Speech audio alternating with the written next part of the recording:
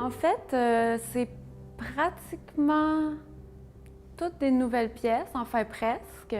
Donc c'est vraiment là, le travail que j'ai fait durant toute l'année passée. Mais je suis partie à partir d'une œuvre que j'avais présentée à B312, qui est le moulage d'une roche, d'une pierre, qui est un peu la représentation d'un bloc de pierre que le sculpteur pourrait s'approprier pour faire une sculpture. Avec cette œuvre-là, ce moulage-là de la roche, mon idée, c'était de parler ou de représenter de cette idée-là des artistes romantiques qui disaient que l'art est déjà dans la nature, puis que l'artiste n'a qu'à l'extraire de la nature.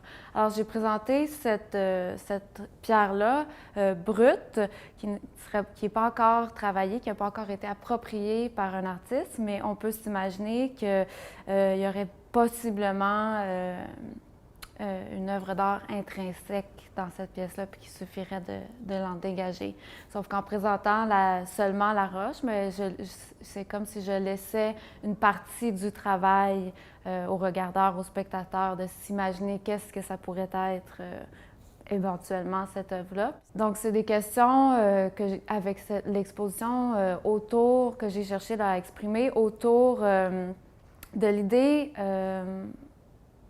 assez répandue du chef-d'œuvre, comme si il y aurait une œuvre d'art parfaite, idéale qu'on pourrait créer, mais la réalité est assez finalement éloignée de ça parce qu'on sait jamais exactement quand est-ce qu'une œuvre est finie. Puis en tant qu'artiste, on se pose beaucoup de questions sur, par exemple, le choix des sujets. Comment on fait pour choisir un sujet en tant qu'artiste qui pratique aujourd'hui, parce qu'il y a tellement de sujets qui ont déjà été exploités. Donc, comment choisir un sujet qui serait toujours pertinent?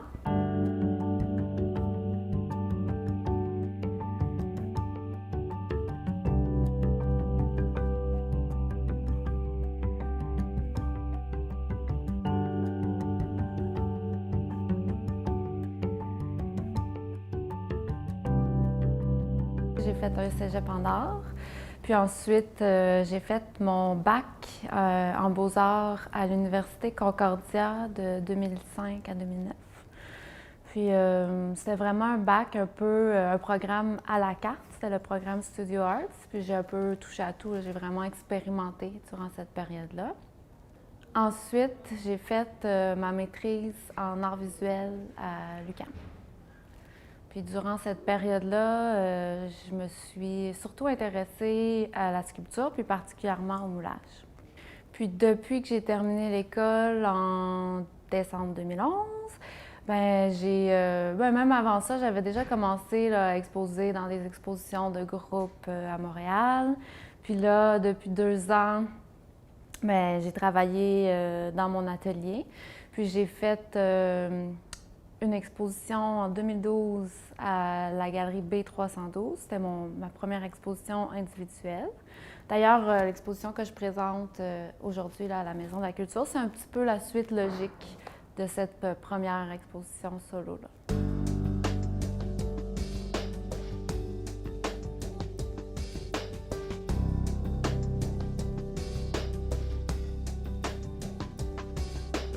C'est vraiment ma technique de prédilection. J'ai commencé à l'utiliser vraiment à la maîtrise, mais je trouvais que j'ai développé là, une pratique vraiment autour du moulage dans les quelques dernières années. Et je trouvais que c'est une technique qui est particulièrement intéressante parce qu'elle met en lumière cette question-là du choix, parce que quand on présente un objet moulé, la question du choix est vraiment très visible, parce que vu que l'objet qui nous est présenté a seulement été reproduit, on peut se demander pourquoi c'est cet objet-là qui a été choisi et reproduit. Mais aussi, je trouve que c'est une technique qui est particulièrement intéressante parce que c'est un peu magique. C'est un peu, parce que le processus est très automatique. On fait le moule, puis après, on coule la matière dans le moule, mais tout se fait pratiquement tout seul, puis tout se fait caché à l'intérieur du moule. Puis après, bien, on ouvre le moule, puis il y a comme, c'est comme un dévoilement ou une révélation. L'œuvre, elle apparaît quand on la sort du moule. C'est un petit peu ça que j'ai essayé de faire ici. Donc, j'ai intégré dans mes œuvres les moules. Alors, c'est pas que j'ai présenté les moules, mais j'ai fait des œuvres avec des parties qui représentent aussi des moules. Alors, j'ai présenté cette roche-là, mais j'ai présenté la roche et son moule. Puis ensuite, j'ai également fait une pièce qui est le moule du moule de la roche. Alors, pour montrer qu'il y a vraiment... ça fonctionne un petit peu comme des poupées gigognes, puis il y a toujours comme une couche de plus ou une couche de sens de plus où on essaie de trouver d'où viennent les idées, mais d'où viennent les formes aussi, comment elle est apparue, elle a été créée, cette forme-là, mais sans qu'on comprenne jamais vraiment pourquoi, parce qu'évidemment, j'essaie pas d'expliquer ma démarche, mais plutôt d'évoquer une idée du travail de l'artiste, puis de cette espèce de mystère-là qui est rattaché à la création. Alors, l'exposition, elle est vraiment construite de façon un peu mystérieuse, où consciemment, il y a des choses qui sont pas tout à fait expliquées, puis par le moulage même, parce que c'est la reproduction dans d'autres matériaux de forme. Alors, on peut se demander qu'est-ce que je suis en train de regarder exactement, qu'est-ce que ça représente, qu'est-ce que ça veut dire. Alors, c'est comme construit un petit peu à la manière d'un casse-tête ou d'un mystère. Puis c'est comme ça que je conçois un peu l'atelier du sculpteur, c'est cet endroit-là.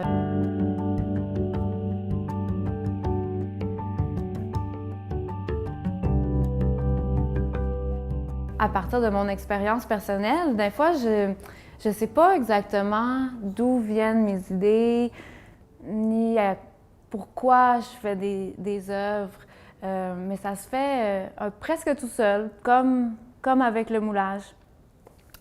Puis c'est un petit peu ça que j'ai essayé de faire avec cette exposition-là, de créer un lieu qui est un peu en dehors du temps, en dehors de la réalité. Alors on rentre dans cet espace-là, puis c'est vraiment un espace de représentation où chaque élément entretient comme un dialogue les unes avec les autres, mais sans que ce soit vraiment un discours cohérent.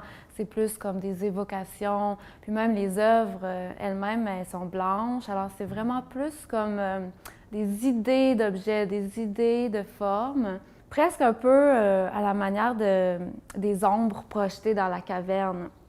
C'est vraiment, c'est plus comme des idées générales qui sont dégagées plutôt qu'un propos très précis. Puis tout ça, autour de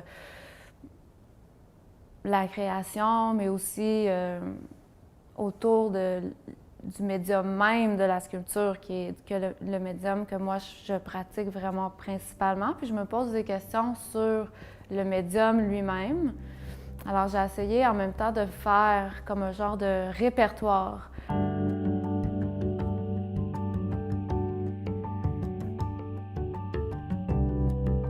Les œuvres sont regroupées 3 par 3. Il y a des œuvres qui sont plus basses au niveau du sol, des œuvres qui ont la forme de colonnes, puis des œuvres qui sont plus horizontales, déposées sur des tables.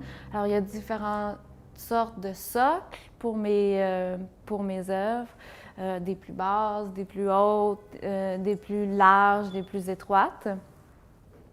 Il y a différents aussi matériaux qui sont utilisés. Il y a un socle qui est transparent, des socles en bois aussi, formes différentes, des formes plus organiques, des formes plus géométriques.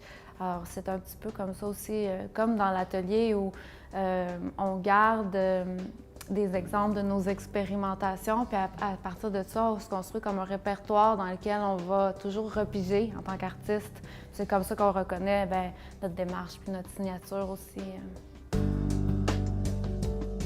C'est sûr que les bases, les socles, dans le cas présent, les tables, ils ont une fonction utile parce qu'elles servent élever, à mettre les œuvres d'art au bon niveau pour le regard du spectateur. Mais en fait, moi, je les conçois pas tant comme des socles, pas comme des objets séparés des œuvres. Puis elles font vraiment partie de l'œuvre. C'est vraiment un tout, la base et l'objet moulé. C'est pour ça que je les conçois là, à partir de zéro. Puis je les fais vraiment sur mesure pour chaque œuvre. Puis aussi, je réutilise toujours les mêmes formes un peu parce qu'on voit dans mon travail, la longue colonne étroite, là, elle revient souvent.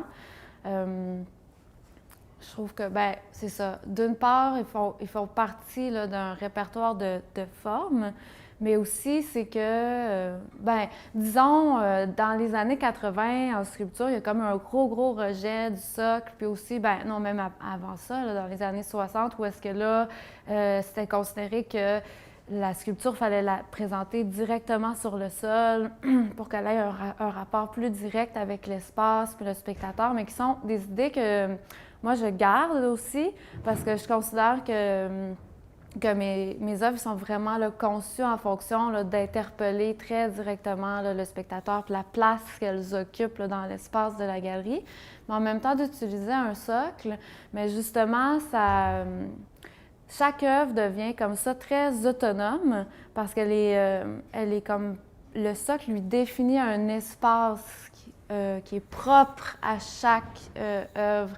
Puis en devenant autonome comme ça, d'une part, ça nous assure que ce qu'on regarde, c'est vraiment dans l'univers de la représentation. Alors, ça ne fait pas du tout partie là, de la réalité, même si parfois c'est des objets qu'on reconnaît parce qu'ils ont été faits avec le moulage. Puis aussi, en les plaçant comme ça sur des socles, parce que souvent, je présente des objets assez banals, par exemple, des emballages ou des outils. Puis en les présentant comme ça sur un socle, ça leur donne une espèce de valeur ajoutée, ou du moins, ça permet de se demander en tant que spectateur, ce qui nous est montré, qu'est-ce que c'est sa valeur? Si c'est un outil qui est présenté, est-ce que c'est encore un outil ou parce qu'il a été présenté sur un socle, ça devient autre chose?